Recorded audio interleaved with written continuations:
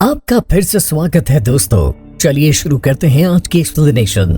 आज की कहानी एक ऐसे यूनिवर्सिटी स्टूडेंट की है जो गलती से एक रोबोट के साथ रिलेशन बना बैठता है और अब उसे इस रोबोट के साथ रिलेशन बनाकर रखना होगा और उसके साथ मेट भी करना होगा। अगर उसने ऐसा ना किया तो इसके लिए उसे $50 बिलियन देना होंगे। कहानी की शुरुआत एक छोटे बच्चे इट से होती है जो परेशान होकर रात के वक्त घर में इधर उधर घूम रहा होता है और ये ढूंढने की कोशिश करता है कि एक अजीब सी आवाज कहां से आ रही है। तभी वो अचानक से एक डोर खोलता है जहां पर वो एक आदमी को देखता है जो एक महिला के साथ रंगरलियां बना रहा होता है और उसके चेहरे पे मास्क लगा हुआ है। मास्क लगा वो आदमी इट के करीब आ जाता है।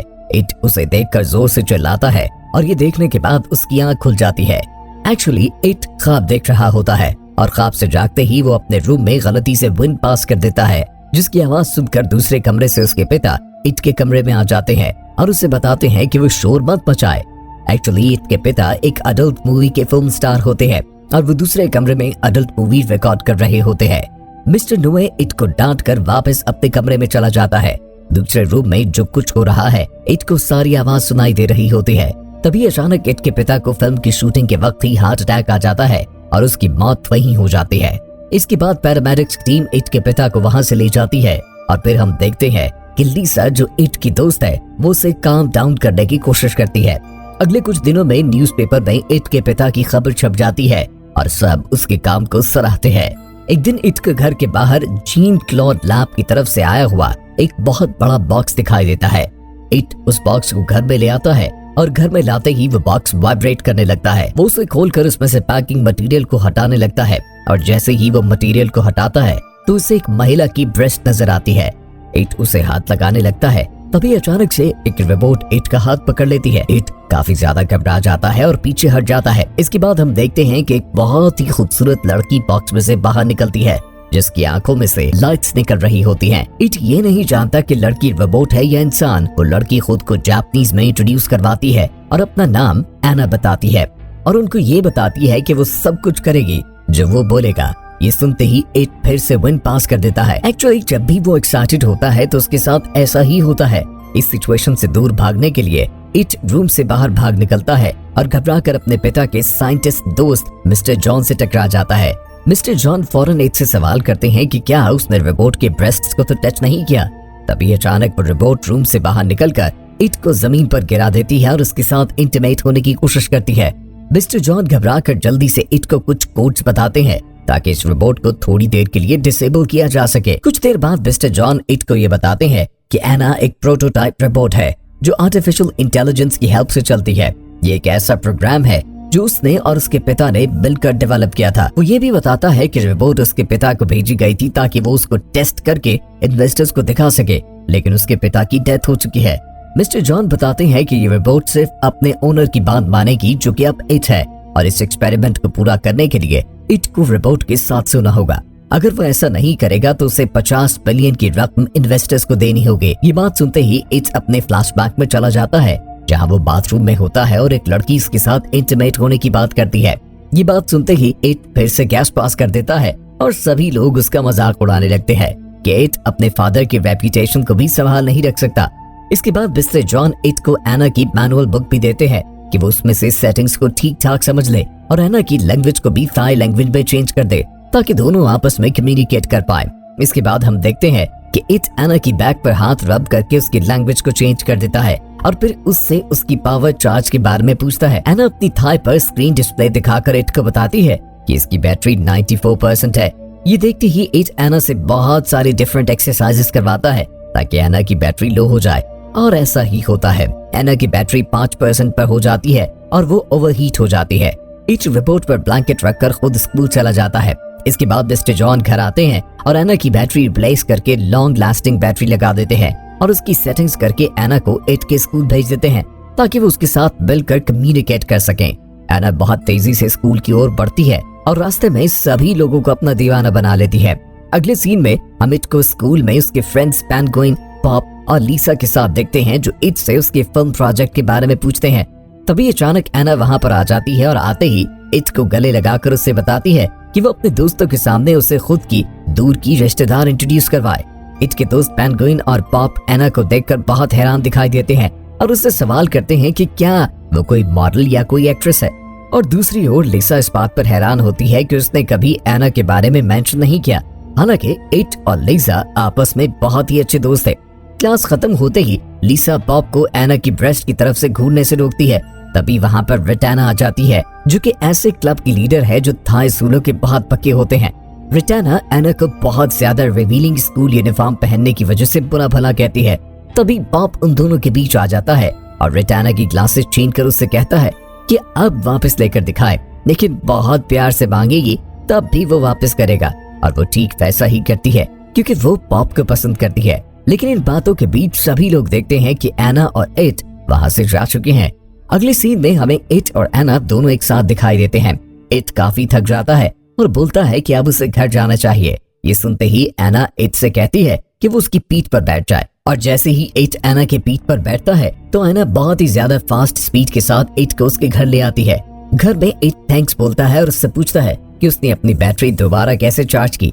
एना उससे बताती है कि मिस्टर जॉन ने उसके अंदर लॉन्ग लास्टिंग बैटरी लगा दी है, जिससे वो ना तो शट डाउन होगी और ना ही ओवरहीट होगी।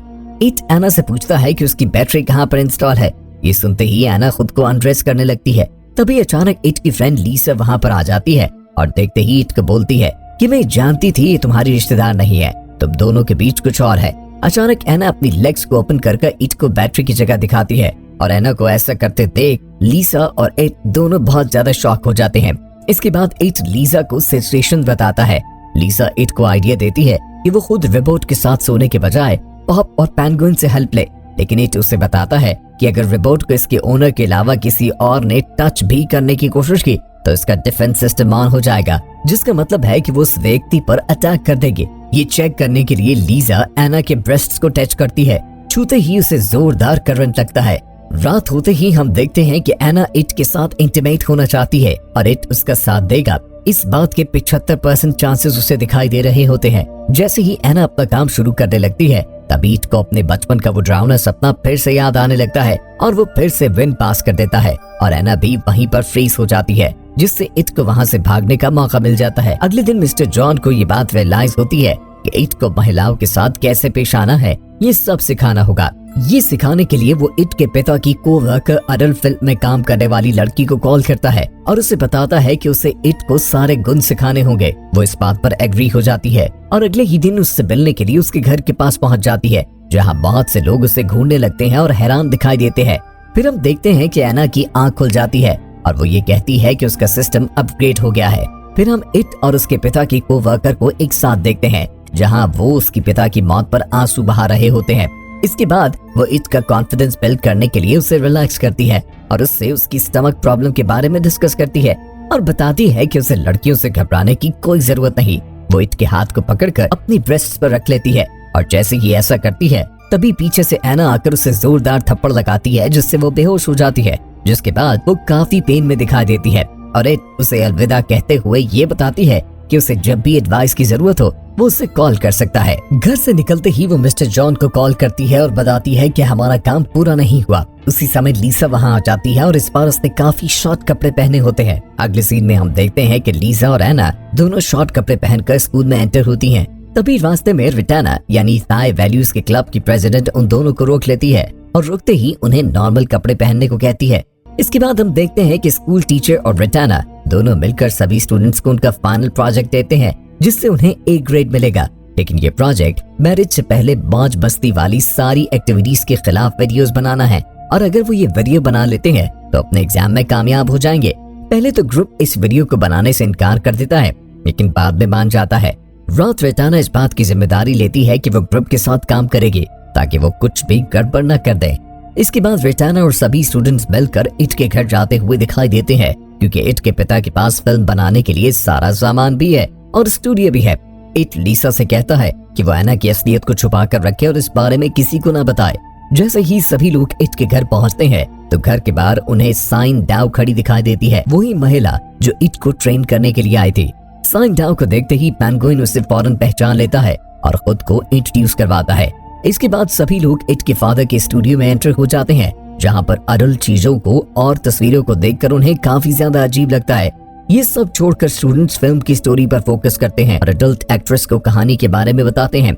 कहानी सुनकर वो काफी हैरान हो जाती है और कहती है कि कोई शादी से पहले अपनी लाइफ की फन एक्टिविटीज को क्यों खत्म करना चाहेगा, और हमें इसके खिलाफ मूवी बनाने के बजाय इसके हक में मूवी बनानी चाहिए ताकि लोग सेफ और सिक्योर एंजॉयमेंट कर सके। इट सभी से कहता है कि उन्हें आज की मीटिंग यहीं पे खत्म कर देनी चाहिए क्योंकि किसी भी बात का नतीजा नहीं निकल रहा। इसी रात एना इट के पास सोने के लिए आती है, लेकिन इट उसे इग्नोर करता है और अपना काम करने लगता है।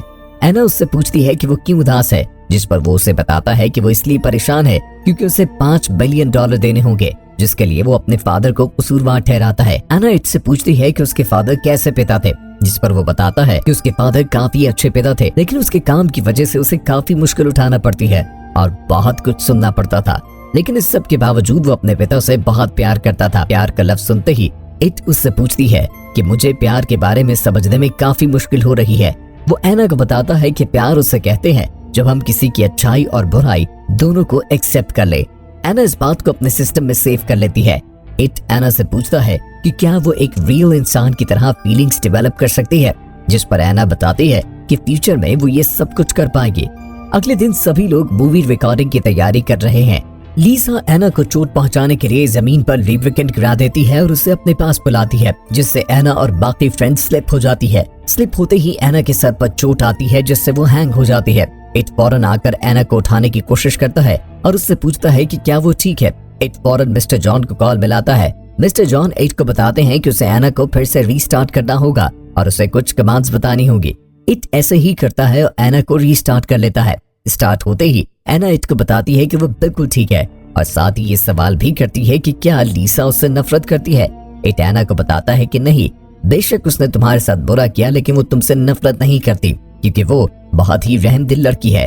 वो एना को उसके बारे में बताता है कि कैसे उसने हर मुश्किल वक्त में उसका साथ दिया। इसके बाद एना इट से कहती है कि उसे उसके साथ रहकर बहुत अच्छा फील करती है और उसे लगता है कि उसे प्यार हो गया है। वो उससे पूछती है कि इसके बारे में वो क्या फील करता है, जिस पर इट गोलमोल जवाब देता है और उसे बताता है कि रीस्टार्ट करने के बाद वो काफी अच्छी तरह बातों को समझ रही है। ये बोलने के बाद इट वहाँ से जाने लगता है, लेकिन एना उसे रोक लेती है और उसे बताती है कि चार्ज होने तक वो उसके साथ ही रहे। इसके बाद दोनों एक दूसरे को गले लगाकर सो जाते हैं। अगले दिन उठते ही इट अपने वॉशरूम में जाता है और वहाँ से अचानक एना को देखकर काफी शॉक हो जाता है। एना ने काफी रिवीलिंग बिकिनी डाली होती है और उसे देखते ही इट को फिर से वो डरावना सपना आने लगता है और वो बाथरूम से भाग जाता है। अगले सीन में हम लीसा को और एना को रेस्ट रूम में देखते हैं, जहाँ पर लीसा एना से अपने किए की माफी मांगती है। एना फौरन लीसा को माफ कर देती है। लीसा पूछती है कि उसने उसे क्यों माफ कर दिया।